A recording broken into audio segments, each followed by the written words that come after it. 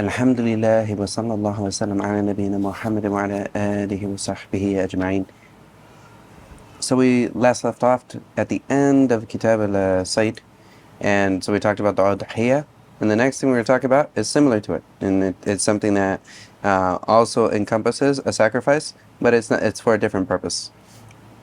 And so the next one is going to be about the aqiqah. And the aqiqah, it comes from the word like aqqa, which is like this is when the kid he has hair on top of his head when he's born. So we have a baby that is fresh born, and the sunnah for him is that the hair on his head is cut, and this hair that is cut off, is called aqiqah. It's like fa'ila. Which is like the hair that is cut off of his head. So he gets a shaved hair, and then it's sunnah for someone to take this hair that is then cut off from his head after he is born, and then weigh it, and then do sadaqah with that amount of gold if they can, or silver. This is a sunnah that is there. And so this hair that is cut off is called aqiqah. And also the other form of when we talk about it in the shariah, then this is something that is this is a sacrifice that is done on upon the birth of a new child for the father, for him to do the aqiqah on the child. And this comes from the hadith, al-ghulamu murtahanun بعقيقته تذبح عنه يوم السابع ويحلق رأسه ويسمى. And so like this is the ghulam is or like the new child is something murtahan, which is like that he's entrusted بعقيقته with this aqiqah for it to be done for him. So then this should be done on the seventh day, and then also on the seventh day he would have his hair shaved, and also he would be given a name. And of course, like sometimes we give the kids names very early, but the reason they would do a lot of times they would give the names later is because of the amount of like deaths that might happen in childbirth. So they'd wait a little while, and then they would give it a name after that, after the 7th days. And so this is the basis of it, and he says here, "Wal aqiqatu mustahabbatun." And so Abu Shujaa, rahimahullah, he says that the aqiqah, which he means by the aqiqah, he means by the actual sacrifice, which is called the aqiqah here. It's mustahabbah, and so this is something that is mustahab for them to do. And of course, this is this is mustahab for the father to do this for the child. When the child is still a child, and from the father's own money, that he would do this, not from the child's money personally. Like we wouldn't take from the child's money to do this on him, but rather it'd be from the father that would do that from his own wealth. And he says, "Wahiya, what is the aqiqah?" He says it is ad-zabihatu ani al-mawludi yawm sabi'ihi, and then it's the slaughtering of it's slaughtering for the biha, which is the thing that is slaughtered, ani al-mawlud, for the newborn, on the 7th day, of him. So after when he comes into his 7th day, this is when it would be done. And so this is the sunnah that is there for someone when they're on their 7th day, and also also alongside when they're on their 7th day, if they can have their their circumcision done on this day, great. And sometimes they say they need to wait for the doctors. Sometimes will say they need to wait for like so many days, no problem. And of course, it's better for them to do the circumcision early than to, of course, like after like their blood is strong enough. Sometimes they'll say like wait like 40 days or so. The doctors will say that if you don't do it right away, like after the birth, but if this is the case, it's better for someone to do the circumcision before the kid actually gets like before he's like 3 years old or something, where he's going to remember this, so it's best to do that early. And so then also he says here, وَيُذْبَحُ عَنِ الْغُلَامِ شَاتَانِ. And so the sunnah is for the ghulam, which is the boy, for him to have two shat. The shat, as we mentioned before, it can either be It can either be one of a sheep or a goat.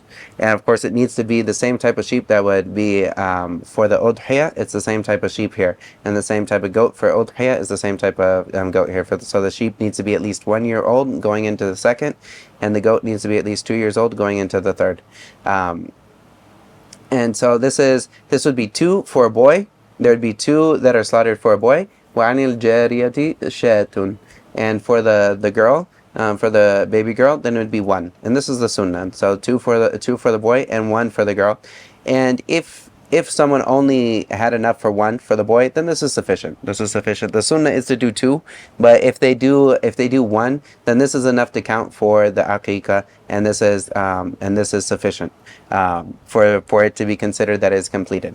Yujza for him. But of course, the sunnah is to do 2, and the reason that 1 would work is because this is also mentioned that the Prophet sallallahu alaihi wasallam that aqqa anil Hasan wal Husayn kabshan kabsha, and that he did the aqiqah for Hasan wal Husayn radiyallahu anhuma kabshan kabsha, like for 1 kabsh, which is like a big sheep, and then another one. So this is 2. And so this is 2 people and 2 of them. So this was understood that it was 1 for one and 1 for the other. And so this is also like the bare minimum for a boy. One will be sufficient for the bare minimum. And the next thing the author he mentions, he says, وَيُطْعِمُ الْفُقَرَاءَ وَالْمَسَاكِينَ. And so of course this is the next thing that they would do, and this is like udhiyah. So we do the same thing as we talked about udhiyah, the things we talked about feeding the poor people, and like the very poor people and the people that are needy.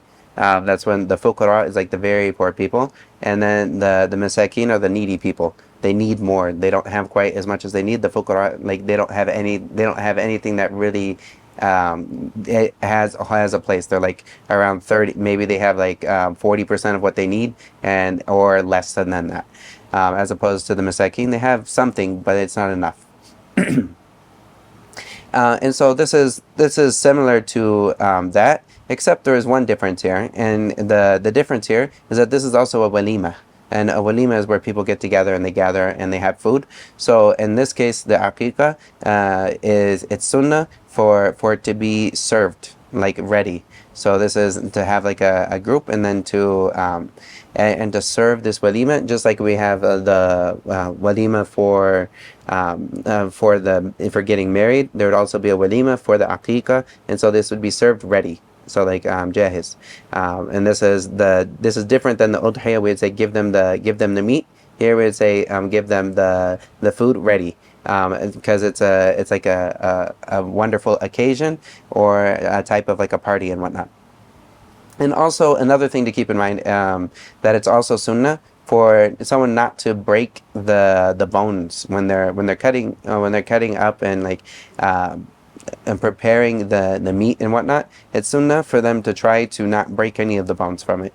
And this is from the sunnah in that. So this is one of the things. Of course, if this happens, it's not something that someone is going to be like, it's not something terrible and whatnot. But of course, someone should be careful, and they should try to utilize this sunnah here. And of course, it's like an tafa'ul, and it's like looking forward to that Allah will and protect this boy and keep him from any harm, or girl. And so then the last of the things that I'll mention, like when it comes to the newborn, there's a couple other ahkam here, and it's sunnah for when you have a newborn, when the baby is first born. It's sunnah to do the adhan in his right ear, and then to make the iqamah in his left ear. And so of course not super loud, but like to give this. So this is the first thing that the kid hears when he comes into this dunya. The first thing he hears is of course the shahadatain and the call to prayer. And then of course we hope that the last thing that is on his tongue before he passes away is la ilaha illallah. And so this is how he would start off his life, is with the adhan and the iqama in both of those ears, one in the right ear and the other in the left ear. And then after that, there's also another sunnah, which is tahniq. And tahniq is to get a bit of tamr. So you'd get a bit of tamr, and you would put it in your like for the father or whoever's doing this, he'd put it into his mouth until it gets nice and soft, and it's kind of like a little mush. And then he puts this mush, then he takes it out of his mouth and he puts it at the top of the roof of the mouth of the little kid. So he puts it right up in the roof of the mouth, so that the first thing, of course, this kid just came out of a birthing experience. So the first thing that he gets coming into this dunya is something sweet, a sweet tasting. And the Prophet sallallahu alaihi wasallam, he would do this for a lot of the Sahaba. When they were born, the Sahaba, their fathers and mothers, they would bring the kid to the Prophet sallallahu alaihi wasallam, and he would do this tahliq for them. And there's also other benefits that some people will talk about, that there's benefits when it comes to like the bacterial properties, or like some type of health benefits in this. But this is something that is sunnah. And if someone can't do it with tamr is a date that is dried. They can do it with also the same thing, as like they can do this with a fresh date as well. But something with the date, this is the sunnah. And they would put it at the top of their mouth while it's a little mush. They have a little bit of mush. It's not like they're putting a whole date on top of their mouth, but they're getting a little bit of the mush of it, and they put it at the top of the roof of their mouth where there's the little ridges, and then he has something to suck on, and this will be the first thing that comes into his body from the outside world, from that. And so these are some of the things that are mentioned here for what is mustahab for the mawlud. And inshallah, we'll go into the next section, which is kitab al-sabq wa rami. Any questions before we move on? So Sheikh, do you Walaikum salam. Whoever wants to go first. Naeem can go first. Right. No, bismillah, I'll go off. Assalamu alaikum, Sheikh. So is it immediately when the kid comes out of the woman that you do these things, or do you like have to wait a while, or is it it's as soon as it's easy to do. Of course, like if there's like a doctor process and whatnot, then okay. But it should be like afterwards. And of course, if someone delays it a little bit, they do it when they can. No problem. Yeah. Well, yeah.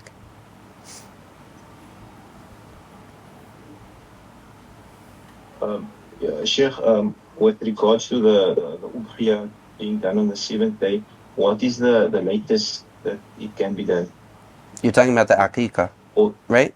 The aqiqah, yes. Yeah, the aqiqah can be done all the way until the end of the kid's lifetime. And if he's older and his father hasn't done it on it, then it's sunnah for him to do it on himself.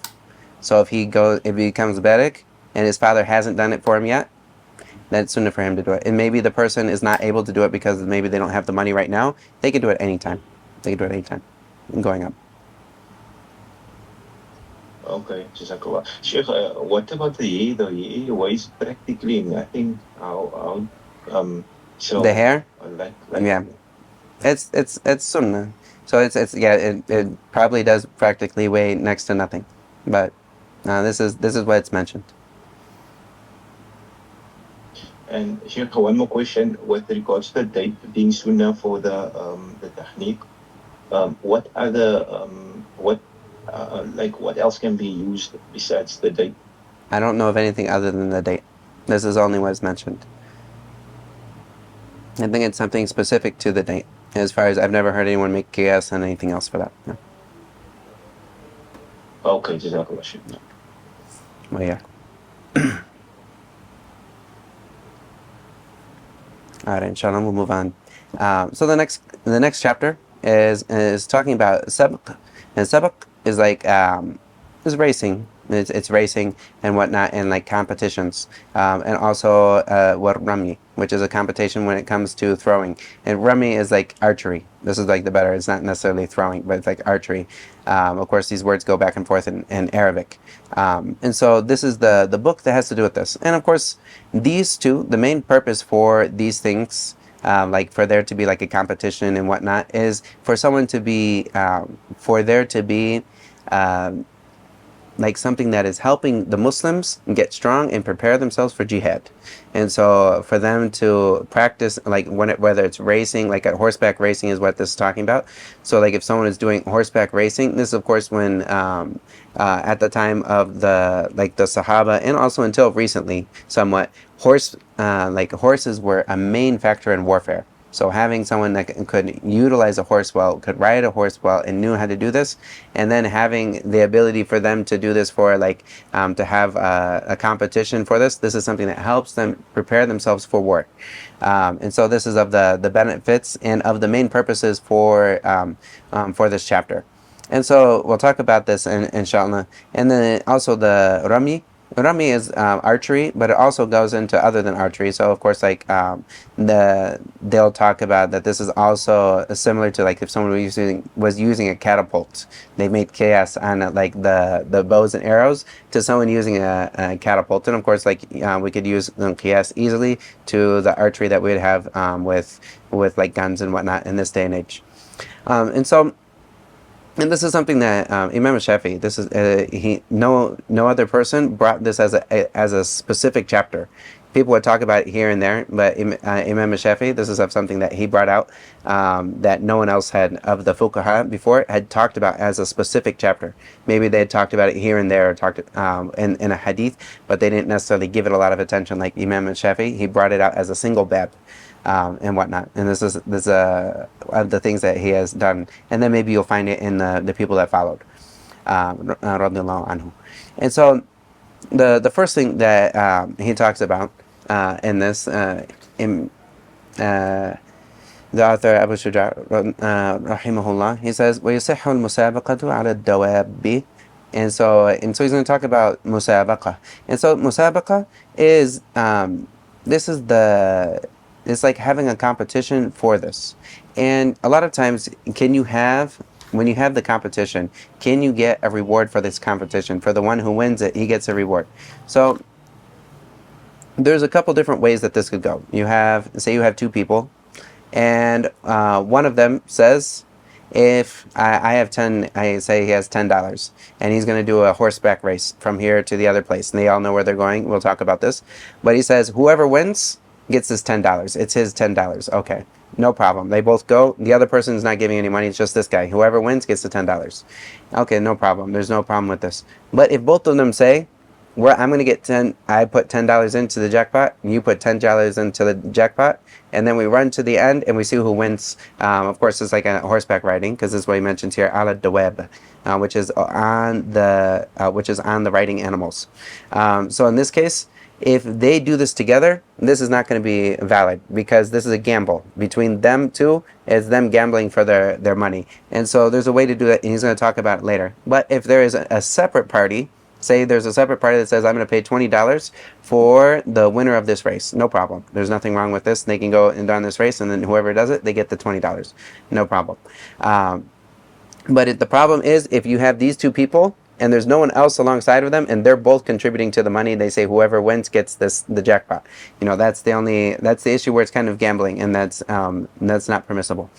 And also, he mentions here that it's ala dawab, and so the dawab is mentioned here. This is the plural of dab, and dab is like linguistically kullu ma yadubbu ala al-ard, yadibbu ala al-ard, which is whatever walks on the earth. But when it comes to like the urf of the Arabs, like what they understand when they say dabba, this is anything that they would ride on. So it's like a riding animal, so this applies in this bab. It would apply to horses. It would apply to maybe donkeys or mules, and also maybe and it would apply to donkeys and mules, and also the elephants. So if you have a war elephant, this would also apply. And so this also comes, and it's limited to these because of the hadith, la sabaqa illa fi khuffin aw hafir. And the Prophet ﷺ, he has this hadith where he said that there's no sabaq except that it's in fi khuffin, which is a khuf, which would be referring to the ibn, I believe, or hafir.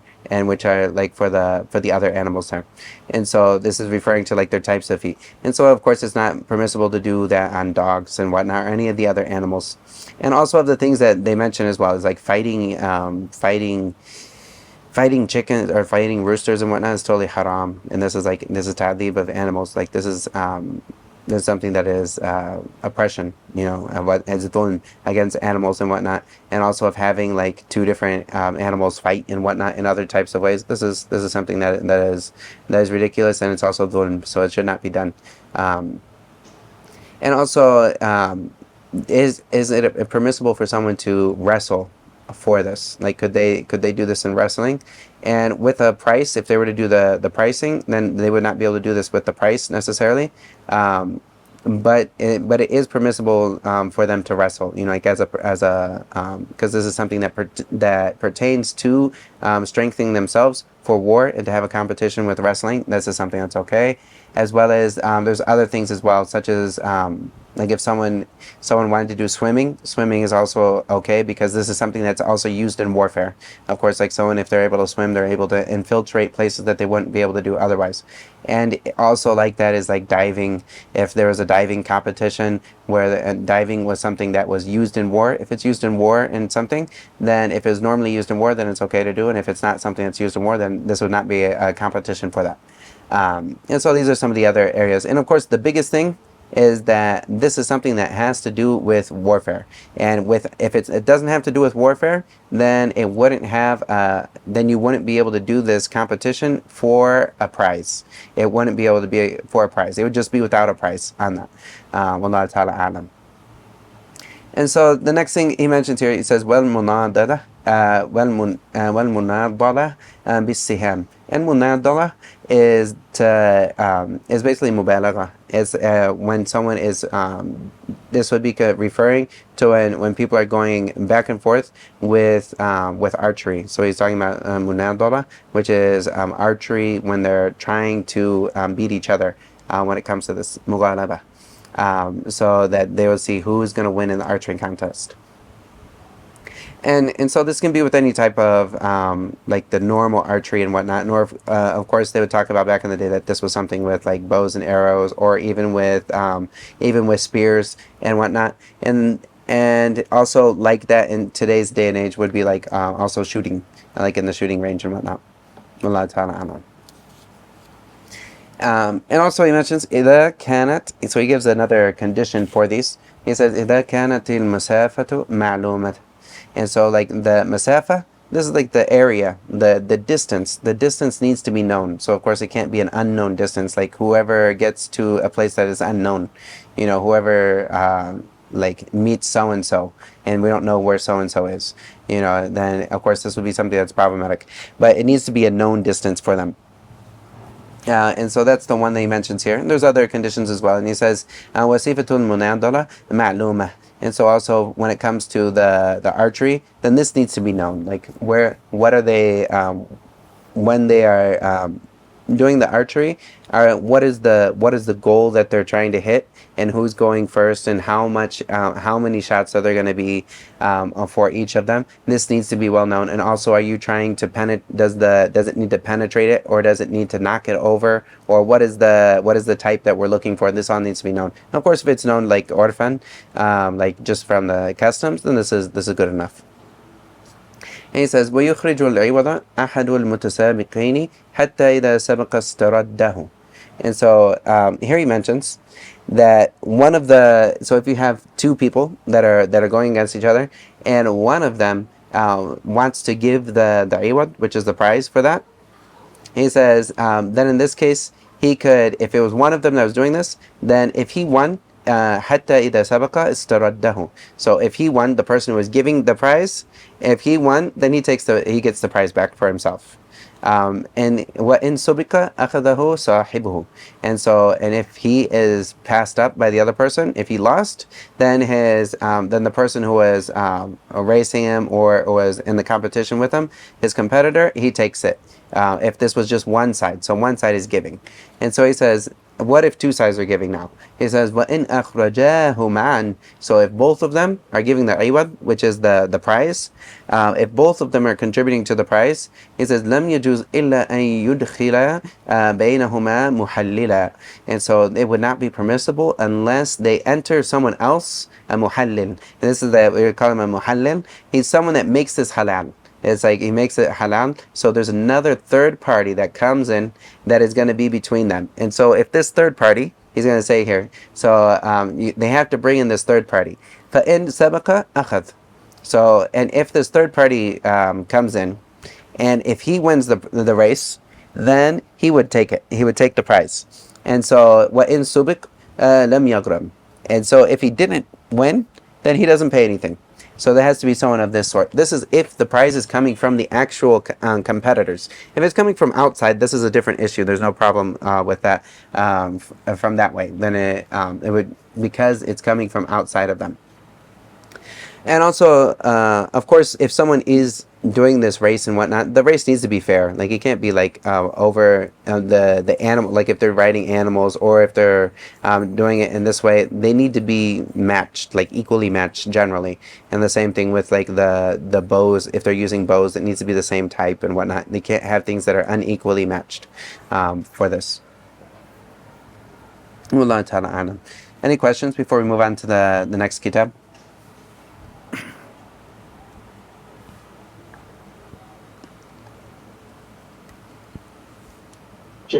Sheikh, can you just explain the وَيَخْرُجُ عِوَضْ أَحَدُ الْمُتَسَابِقِينَ, if one of the people, like that pot over, and if two people gives, I didn't get that, understand So, that pot.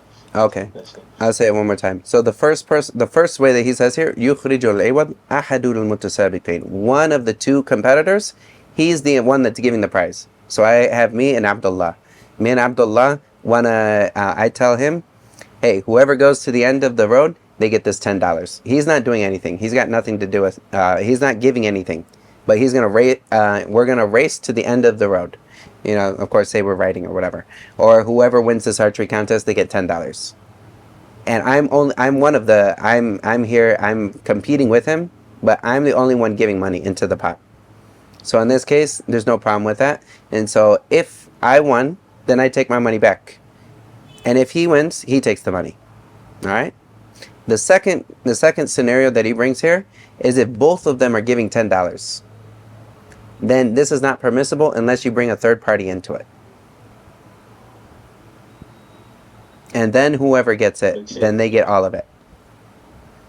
And the third party is not held liable whatsoever. If he loses, no problem.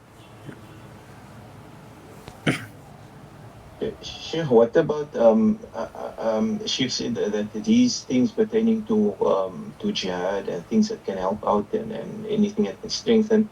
What about like the modern warfare that's taking place, like the drones and competing with that in order to how can I strengthen one's ability to do the like competition in that sense?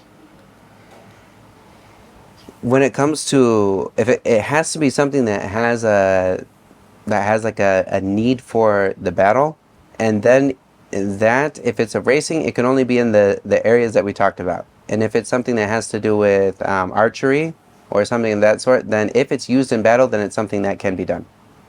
Like if it's a type of archery and whatnot. But of course, there's certain areas to it that there are some limitations, not just anything. So I don't know if necessarily drones, if you were to have a drone archery battle, if this would actually go. But if people are doing like archery with different guns or with other types of throwing and whatnot, then this is something, maybe knife throwing and whatnot. Allahu A'lam.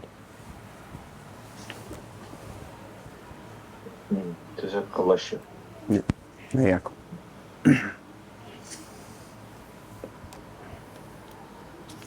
All right, inshallah, we'll go into the next chapter here. And this chapter is a very important chapter, and this is something that a lot of times there's questions that have to do with this. And this is the Kitab al-Ayman and Wan Nuzur. And amen is the plural of yamin, and yamin is like the right hand, but this is used in Arabic and to mean this is used to mean the swearing, that someone would swear with or the halaf. This is what amen is the plural of that, or yamin. And so this is also in nudur. And nudur is something that is similar to this. It's swearing to do something, or swearing to Allah to do something in particular. And we'll talk about some of the things that if someone's going to swear to do something, there's certain conditions for this oath to be considered.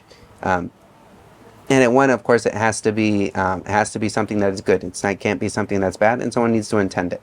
And so he's going to mention some of these, and also there's a couple different ayat that Allah says, "La yu'akhidukumullahu bil-laghwi fi aymanikum." So that Allah doesn't take you to account for the laghu, which is like the things that you just say off the top of your tongue, fi aymanikum, when you swear.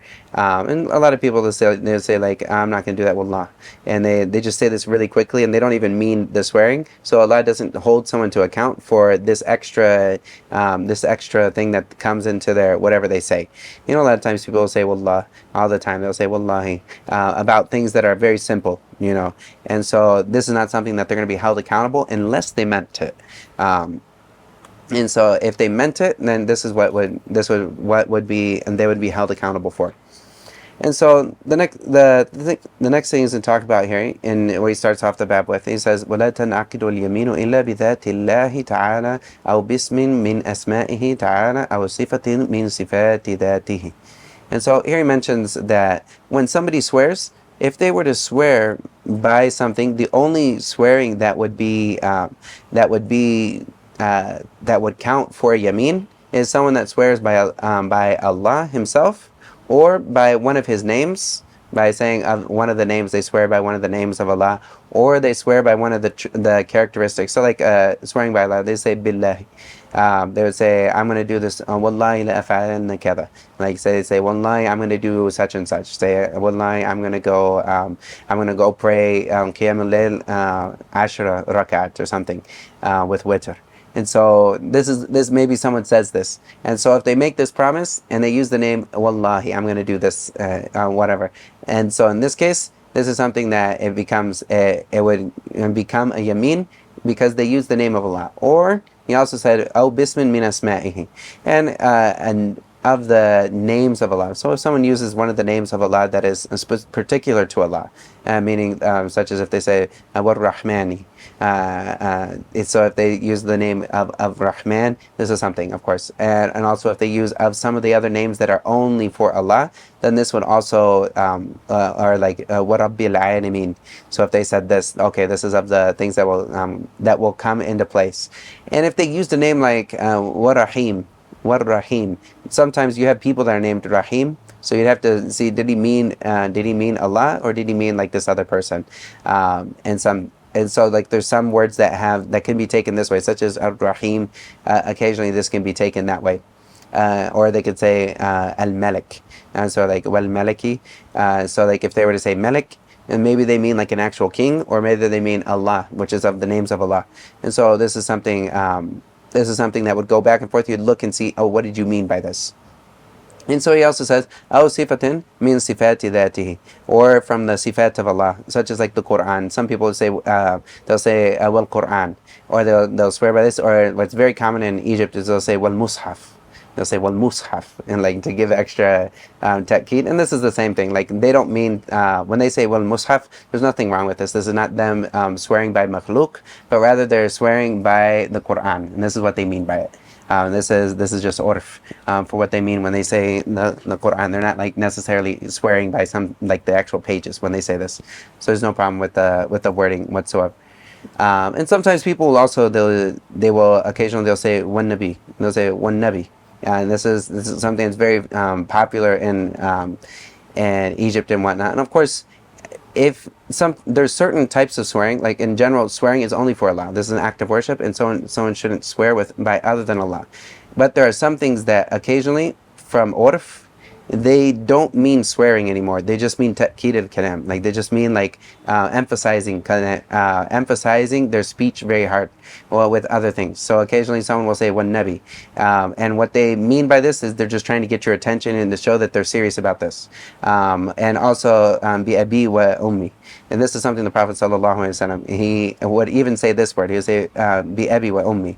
And also some of the Sahaba would say this as well. And so they would use these. This is a type of, like, linguistically, yes, it's halif, but when it comes to the urf, it's not halif. It's something that has a different meaning from that. It's changed from that.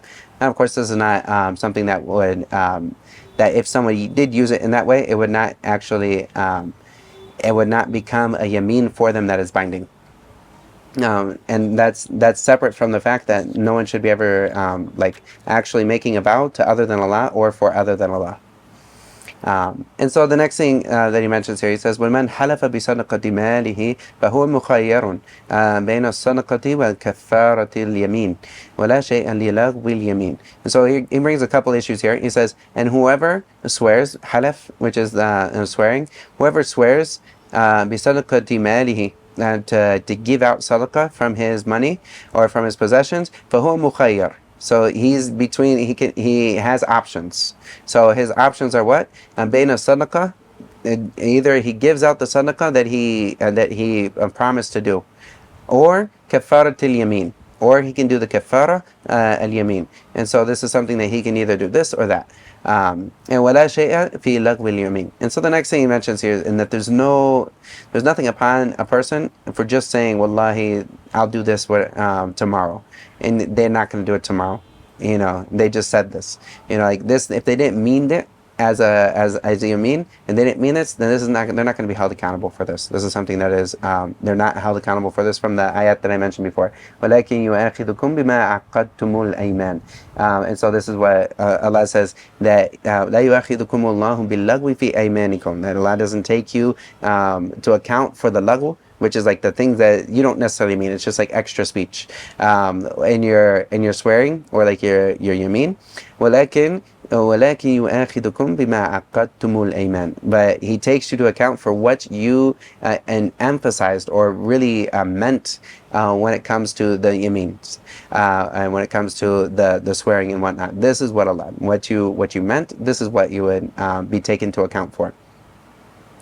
And of course, when it comes to yameen, this is not something that someone should make light of whatsoever. Like sometimes people will think that this is just a easy thing that they will just use. They'll just swear about certain things all the time, and it's best for someone not to swear without a need for it.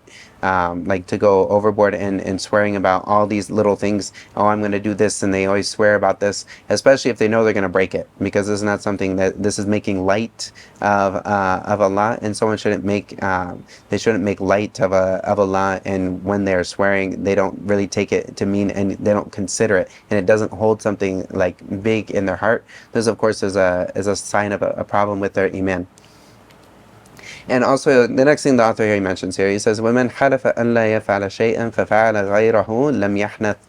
And so if somebody swore that they're not going to do something, and they did something else, then, of course, then they didn't do this thing. They didn't do this thing in particular. And he's going to, of course, there's a lot of furu', like there's a lot of scenarios that the books of fiqh, they'll go into. And occasionally, when you can't find something in usul of fiqh, occasionally there'll be certain issues that come up in usul of fiqh when you can't find an actual a benefit for this particular issue in usul of fiqh.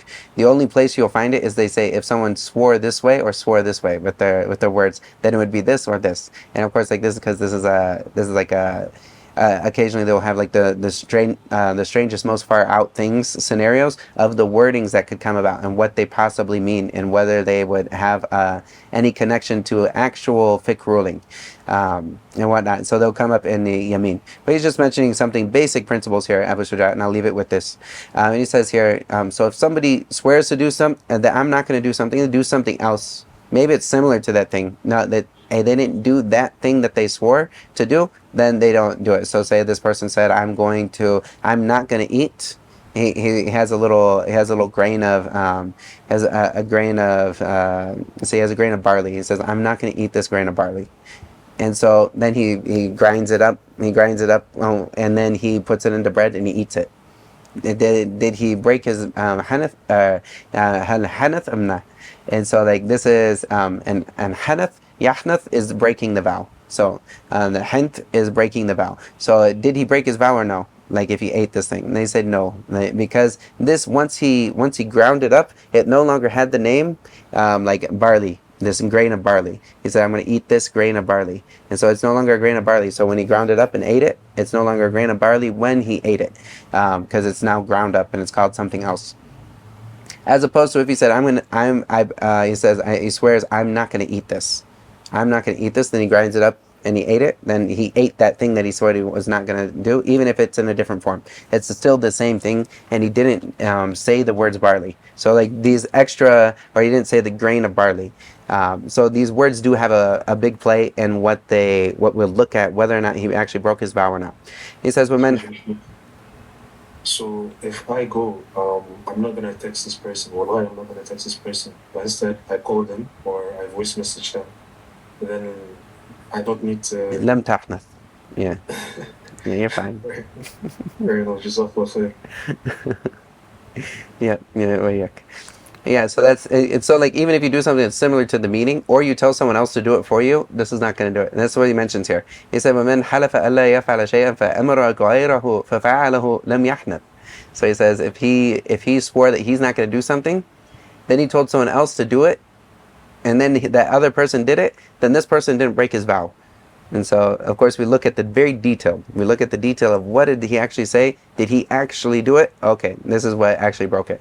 So, of course, if he told this person, "Wallahi, I'm not going to talk to so and so," and he tells someone else to tell so give so and so a message for him, and then so he gives him that message. Okay, then in this case, the person that he just gave him that message, he didn't break his vow. He didn't talk to him personally. He had someone else talk to him for him. And so, and also, this actually is a bad example because I'll come up if something is makruh and someone makes a vow to do something that's makruh or not to do something, or they make a vow that is makruh in and of itself, then this is something that wouldn't be validated.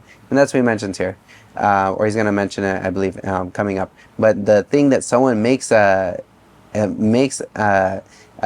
yameen on when they do this vow, it needs to be on something that is, in essence, this thing is permissible, or it's something that's mustahab, or if it's obligatory, then they're already going to do it. So there's no point of this. This is just them. This is basically them. It doesn't give any benefit to that. But it needs to be something that is at least permissible. But if it's something that's makruh or it's something that is haram, then of course this yameen doesn't even come into play. And of course, there's another type of yameen as well that I don't believe he's going to go into, but it's yamin al-ghamus, which someone lies about something, and then they say wallahi to strengthen their lie. And this is something that is a major sin, but it doesn't have any kafara on it. And this is the Shafi'i madhab, that there's no kafara that this person has. They have to do tawbah, and if they were to give a kafara for that, then maybe this is something that maybe Allah will accept from them and forgive them for this, but this is not prescribed for them.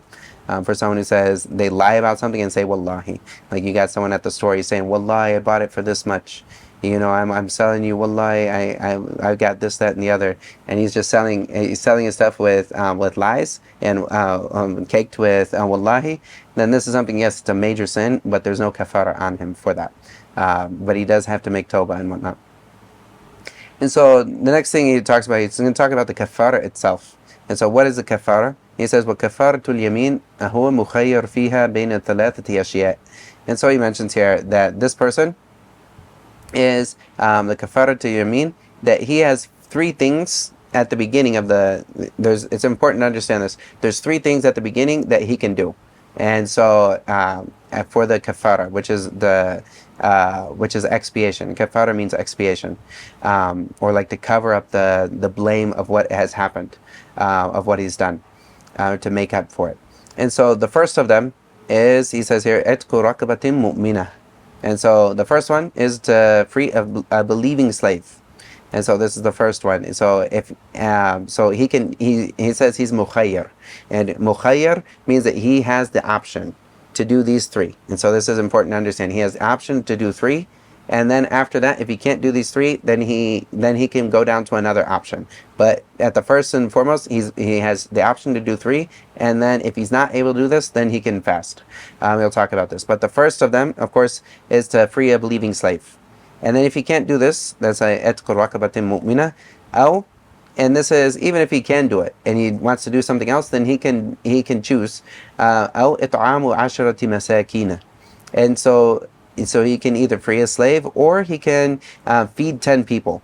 And feeding 10 people means that that he gives each one of them a mud, as he mentions here, kullu miskinin mud. So every single miskin gets one mud. As I mentioned before, this mud is 2/3 of a. It's 2/3. No, it's 0.2 gallons. So if you have 2.2 gallons, is a mud, and this is the amount of a mud for that.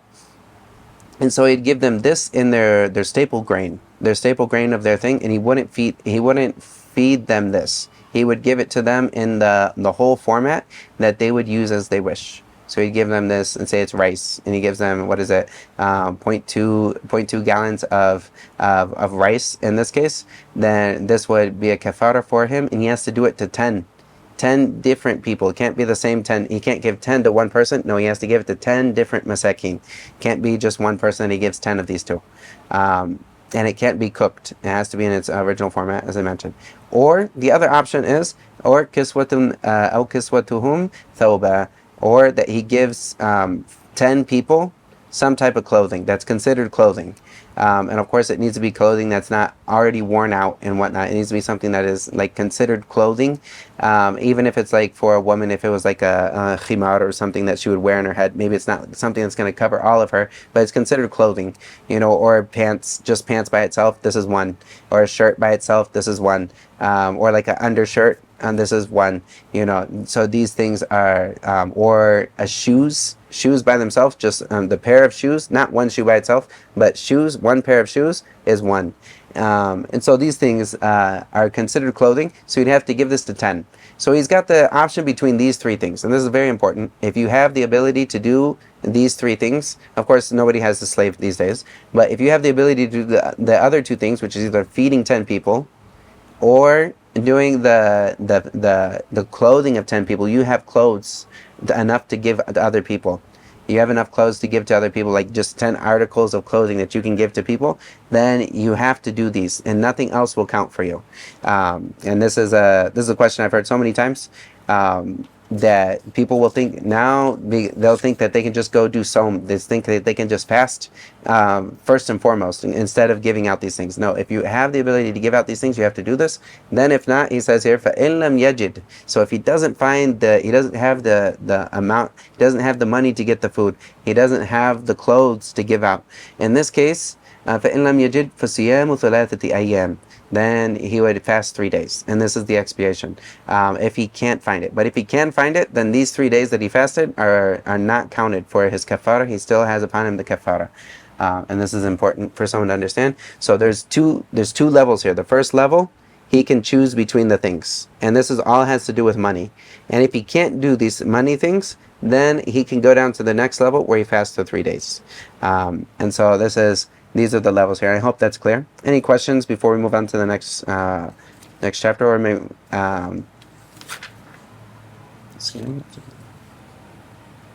So, Sheikh, see now the first two things before the song minute. Do you have to see now if slave was still something today? Would it be that you will have to do the slaves, and if you couldn't find the slaves, then no. You choose between any of these three. So if you'd rather feed someone than free a slave, then feed somebody. You choose whatever you want. Yeah. Okay, thank you, Jazakallah. Yeah. It's not like dihar. Dihar, the kafara for dihar is that someone has to first free the slave. Wa in lam yajid. Okay, so then you would go like each one of these. But here, this is you get the choice. You get the choice for the first three. You get a choice to do whatever you want.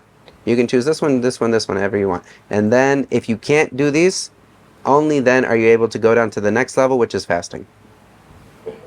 Shukran, Sheikh. Yeah. Yeah, Naim? Yeah, Sheikh, with regards to the clothes, does it need to be like if it's like your clothes, but it's still in good condition? Is that okay? It's as long as it's considered decent condition. Like if it's worn out, it has holes in it, and it's not. It's in this case, no. If it's like holy and whatnot, and like it has serious issues in it, then no. If it's used clothes and it's your clothes, no problem. This will work as long as it's considered, clothing that isn't like blemished or having holes in it and different blemishes that are serious. Okay. And Sheikh, with regards to taking an oath, Sheikh mentioned like the three things that is first, like by Allah, by the names of Allah, or the sifat, like the Quran and so on. Um, if someone takes an oath with regard to the like someone's mother and so on, is that binding? Can Sheikh just It doesn't bind. clarify that again? It doesn't bind, and of course they Oh, shouldn't like making oaths with other people. If it's just something that is said, like by my mother's grave, someone says by my mother's grave or something like this. Like this is something that's said. This is something that should be avoided. If they really mean it, like as an oath and whatnot, then this is something that falls into shirk. It's a type of shirk.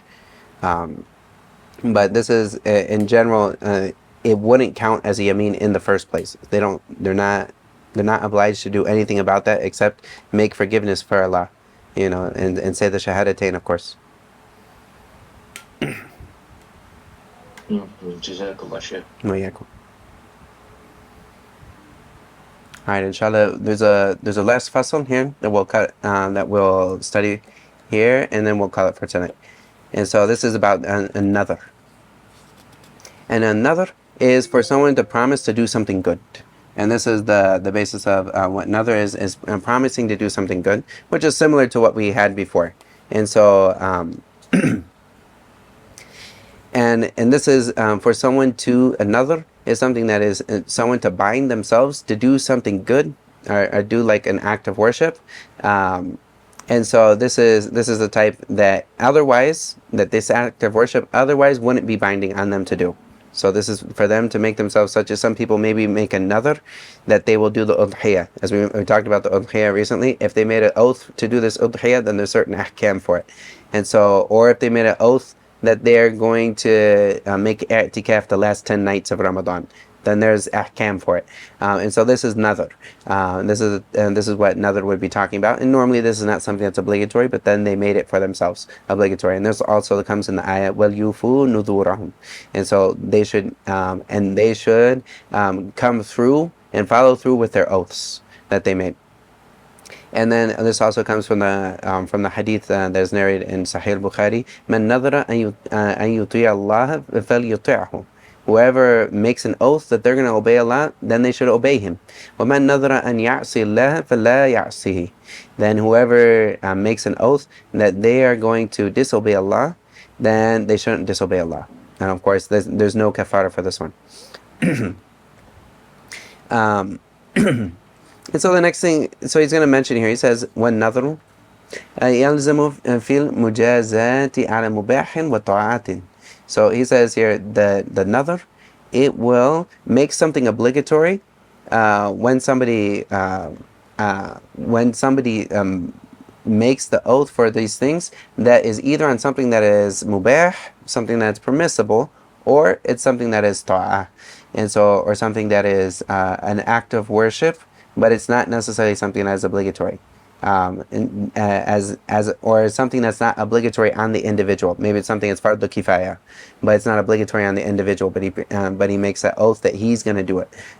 So in this case, this would become on him at that point. And so these are the only things that would be there. If it was something other than this, so if it's makruh or something, then there's not going to be there. Then it wouldn't bind him. If it's something that's makruh, it doesn't bind him. Such as the hadith of the man who went out in the sun, and he made an oath that he was going to stand in the sun and not sit down. He wasn't going to talk, and he was going to fast. He was going to fast, stand in the sun, and not sit in the shade, and that's what he was going to do for that day. He was like basically like harming himself. And the Prophet ﷺ told them to order him. They said, "What's up with this person?" And then they told him what he had made an oath and what another. And so then he tell him to sit in the shade, to talk and to speak, and finish his fasting. So he told him to break the other two things because these are makruh, and he's like putting himself into hardship. This is makruh. He told him to break these things, and then he also told him, and then he should finish his sawm, to finish his fasting, because the fasting is act of worship. It's something that is sunnah, and so he told him to finish that. And he didn't tell him that he needed to make kafara for the other things. He didn't mention that in the hadith. And that is the view of the Shafi'i madhab is that there's no kafara on someone who does oath to do something makruh. So if this thing is makruh and they made an oath to do it, then they don't go through with the oath, and the oath never happened, and they're not bound to it. And he says also here, he gives an example of someone who does an oath on something that's mubah, or something that is like that. He says, كَقَوْلِهِ إِنْ شَفَى اللَّهُ مَرَضِي فَلِلَّهِ عَلَيَّ أَنْ أُصَلِّيَ أَوْ أَصُومَ أَوْ أَتَصَدَّقَ. And so this is, and so he makes his example is like if somebody was to say, if Allah frees me from my sickness, like if Allah gives me health from my sickness, فَلِلَّهِ عَلَيَّ أَنْ أُصَلِّيَ. And then he says, then upon me, for Allah, is for me to make salah, or to fast, or to give sadaqah. And so these things normally are something that's sunnah. Of course, like the 5 salah, we know this, but this is something that would be extra. And so in this case, this would be ta'liq. And so if Allah, he says here, وَيَلْزَمُهُ مِنْ ذَلِكَ مَا يَقَعُ عَلَيْهِ الْإِسْمِ. So if Allah did cure him from his sickness, then he would have to do whatever he said he was going to do.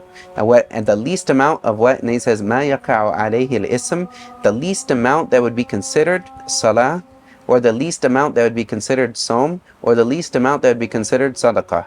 So when it comes to salah, the least amount of salah that we have that is obligatory is 2 rak'ahs. This is for subh. And so this would have to be the smallest amount for him, would be that he would have to at least do 2 rak'ahs. He had pray that this is a wajibah, like this is salatun wajibah, alayhi mandura. And so then he needs to pray these, and it would be 2 rak'ahs. He can't do 1, because we don't have 1 rak'ah that is obligatory that we would talk about. So it needs to be 2. And then also for Sawm, it would be 1 day. He said that he didn't say how many days he's going to fast here. He said an asum. So whatever is counted as Sawm, 1 day. This is the least amount that is obligatory. If he said 10 days, then 10 days. Whatever he said was going to be that. But if he just said Sawm, then it's going to be 1 day. Or he said at-tasaddaq, then this is anything that is considered sadaqah, then this would count for him, and that he gives out. And so if it's considered sadaqah, say 5 guinea is considered a sadaqah, okay, that's something. But it needs to be something that is considered money. It needs to be something considered money. If it's not considered money, so like if we gave like 3 pennies in America, 3 pennies to somebody is nothing. This is not sadaqah. Like, why are you giving this? Or if someone here in Egypt, if someone gave someone half of a guinea, this is not sadaqah. Like the guy will probably throw it back in your face. So like this is not sadaqah. So it needs to be something that's considered mutamawwal. Mutamawwal is something that actually has monetary value that he gives out. And so that's what would be obligatory for him. So he says, وَلَا نَظْرَ فِي مَعْصِيَةٍ. And so he mentions here, there's no nadr that for someone doing something like that's ma'asiyah. Such as, and he gives an example here. He says, إن قتلت فلانا فلله علي كذا.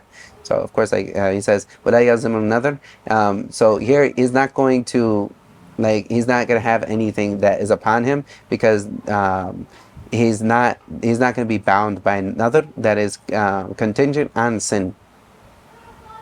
And so the next, and this is also the ma'asiyah, and this ma'asiyah also includes something that is makruh as well. Like here, there would also not be anything, like of course ma'asiyah in general, it means like something that has itham, but also if it's something that's makruh, then this would also not be something that would bind him in that. And so the next thing he mentions, he says, وَلَا يَزْمِنُ النَّذْرُ عَلَى تَرْكِ مُبَاحٍ أو فعله. So if somebody wants to leave something that's mubah, so say someone says, Wallahi, I'm not going to get married. Like, this is mubah in general, or mustahab, so this doesn't bind him whatsoever. This doesn't bind him. Or aw fi'lihi, or like something that is leaving something that is like the action that is mubah. In this case, such as he says here, لا أكل لحما. So if someone says لا أكل والله لا أكل لحما, then in this case it's not going to bind him in this. Or ولا أشرب لبنا, or that I'm not going to drink milk. وما أشبه ذلك. So anything like this. Inshallah, we'll call it for today, and inshallah next week we'll pick up where we left off, and we'll try to communicate to make sure that we're all on the same page when it comes to timing and everything. And we're getting very close to the end, so it'll probably be next week. We'll probably finish بإذن الله. وصلى الله وسلم على نبينا محمد وعلى آله وصحبه أجمعين. سبحانك اللهم وبحمدك أشهد أن لا إله إلا أنت وأستغفرك وأتوب إليك. السلام عليكم ورحمة الله وبركاته.